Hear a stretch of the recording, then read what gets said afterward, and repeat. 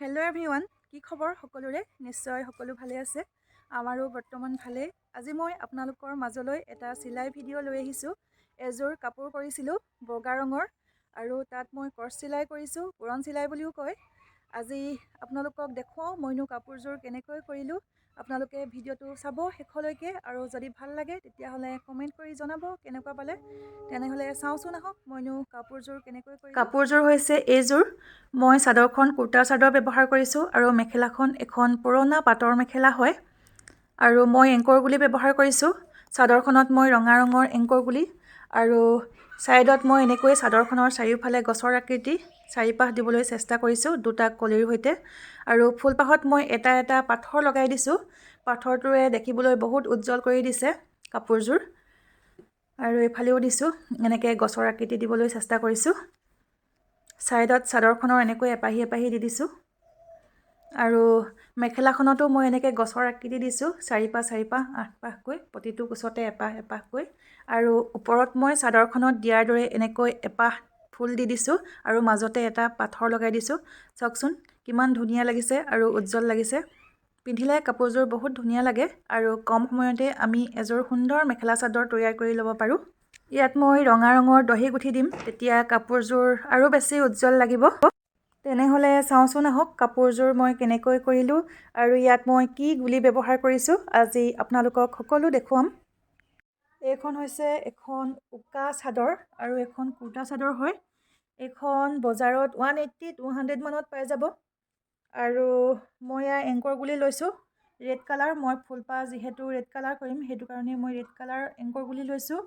আৰু এইটো হৈছে ফ্ৰেমটো এইটো মই ফ্ৰেমটো এনেকৈ কাপোৰেৰে মেৰিয়াই লৈছোঁ, তেতিয়া ঢিলা হৈ নাযায়।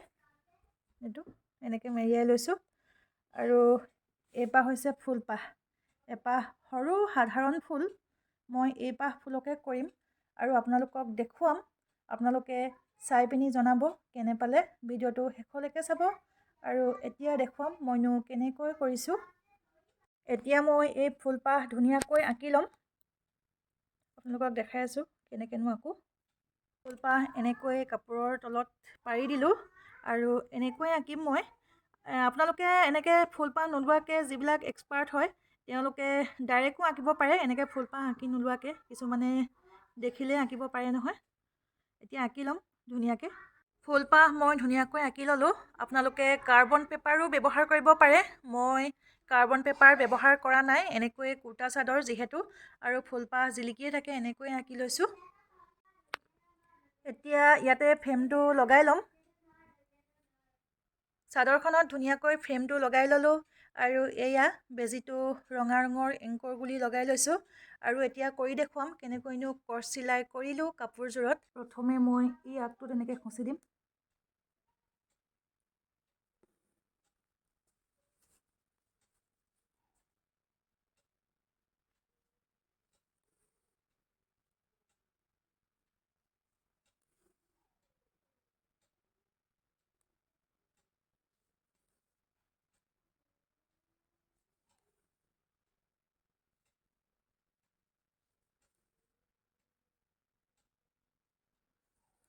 এনেকৈ খুচি গ'লেই হৈ যায়। আৰু পুৰণ চিলাই এটা সাধাৰণ চিলাই হয়, পটাপট হৈ যায় এইটো চিলাই।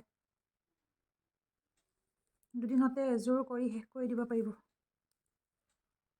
এইটো হৈ গ'ল, এইটো এনেকৈ সোমোৱাই দিম। আকৌ এতিয়া এইটো কৰিম।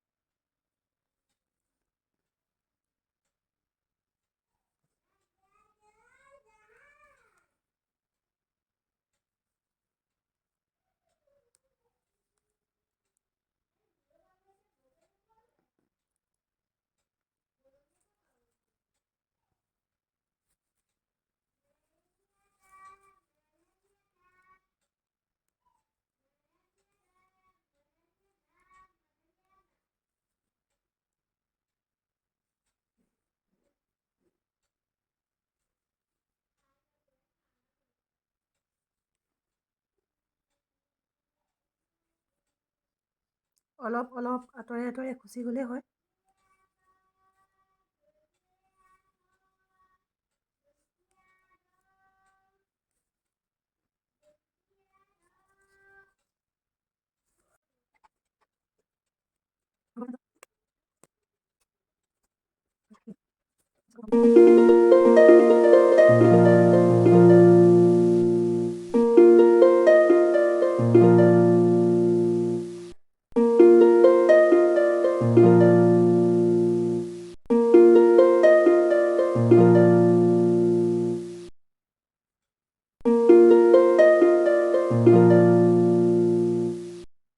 এইটো হৈছে পাথৰ। এতিয়া এই পাথৰটো খুৱাই ল'ম।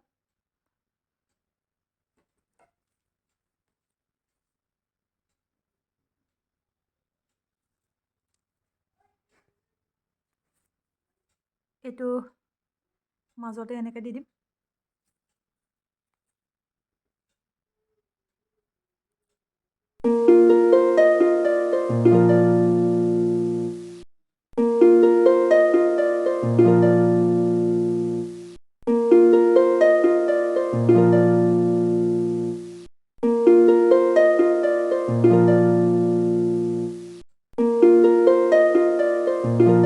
পাথৰটো খুৱাই দিলোঁ।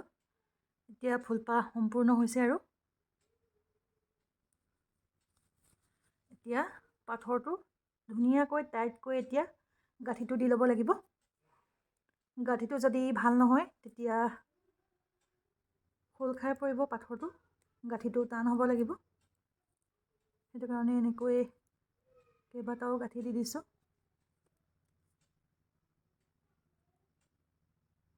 হৈ গ'ল।